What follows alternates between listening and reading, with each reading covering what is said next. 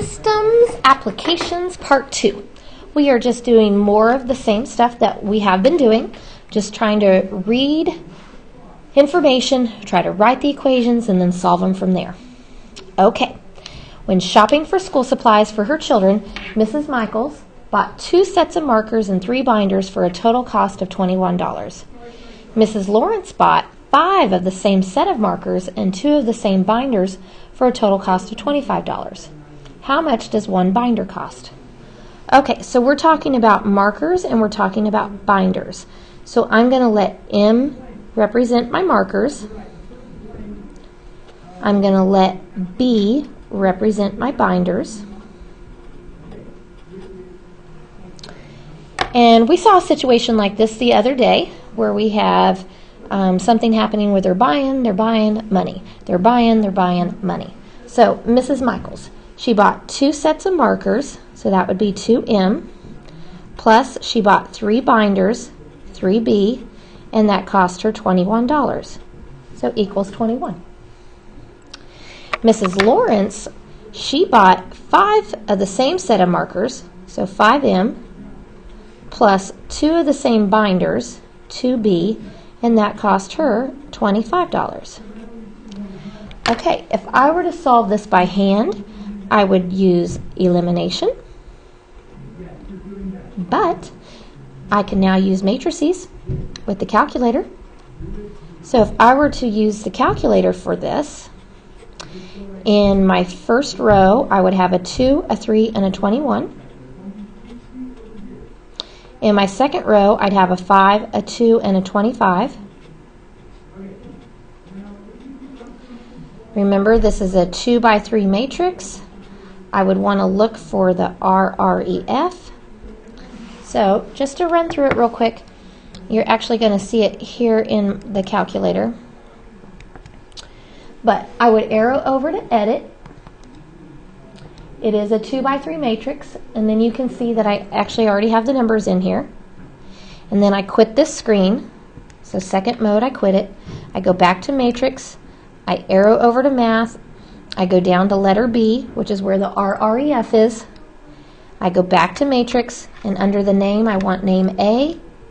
And as long as these are 1s along this diagonal and 0s along, 3 is the first answer, so 3 goes with the first letter. So M is 3.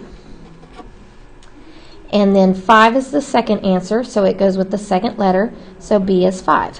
And let's see what they were wanting to know. They wanted to know how much one binder costs. So one binder costs $5. There it is. Isn't that calculator handy? All right, number 2. Galena spent $3.60 for stamps to mail packages. Some were 30-cent stamps and the rest were 20-cent stamps. The number of 20-cent stamps was 2 less than the number of 30-cent stamps.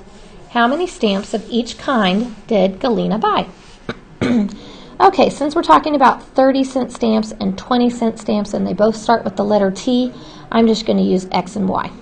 So I'm going to use X for my 20-cent stamps, and I'm going to use Y to represent my 30-cent stamps.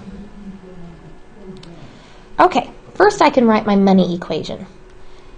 30-cent stamps, those are worth 30 cents a piece.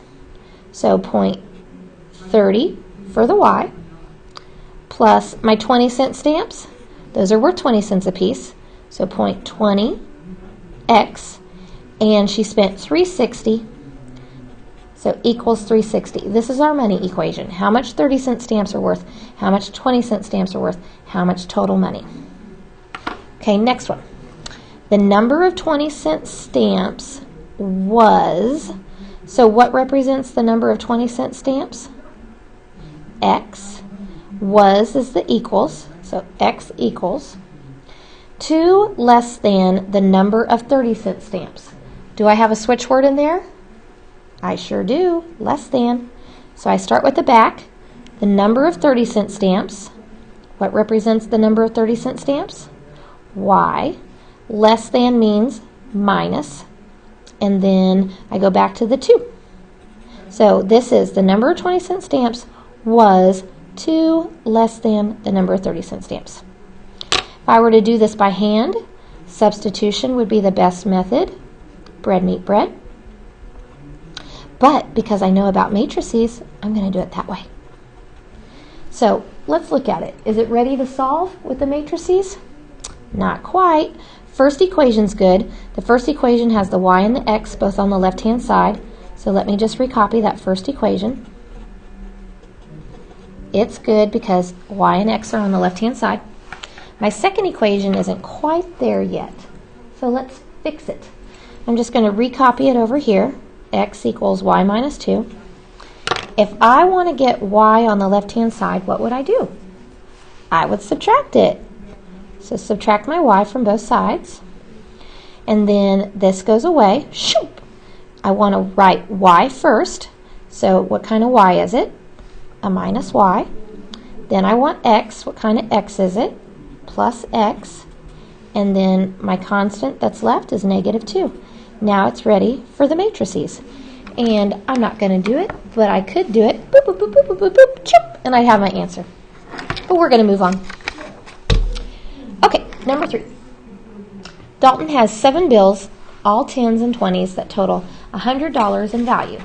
How many of each bill does he have? Okay, we're talking about 10s, we're talking about 20s. Both of those start with the letter T, so I'm going to use X and Y again. X can represent my 10s. Y can represent my 20s. Let's write our money equation. How much are $10 bills worth? $10, so 10x. Plus our $20 bills are $20, so 20y. And how much money total? $100. This is our money equation. How much 10s are worth, how much 20s are worth, how much money. The other equation comes from the fact that Dalton has 7 bills. So I don't know how many 10s, I don't know how many 20s, there's just some of each. So some 10s plus some 20s makes a total of 7 bills. If I were to do this by hand, I would do elimination. But matrices always sounds good to me. Is it ready for matrices? Oh yeah.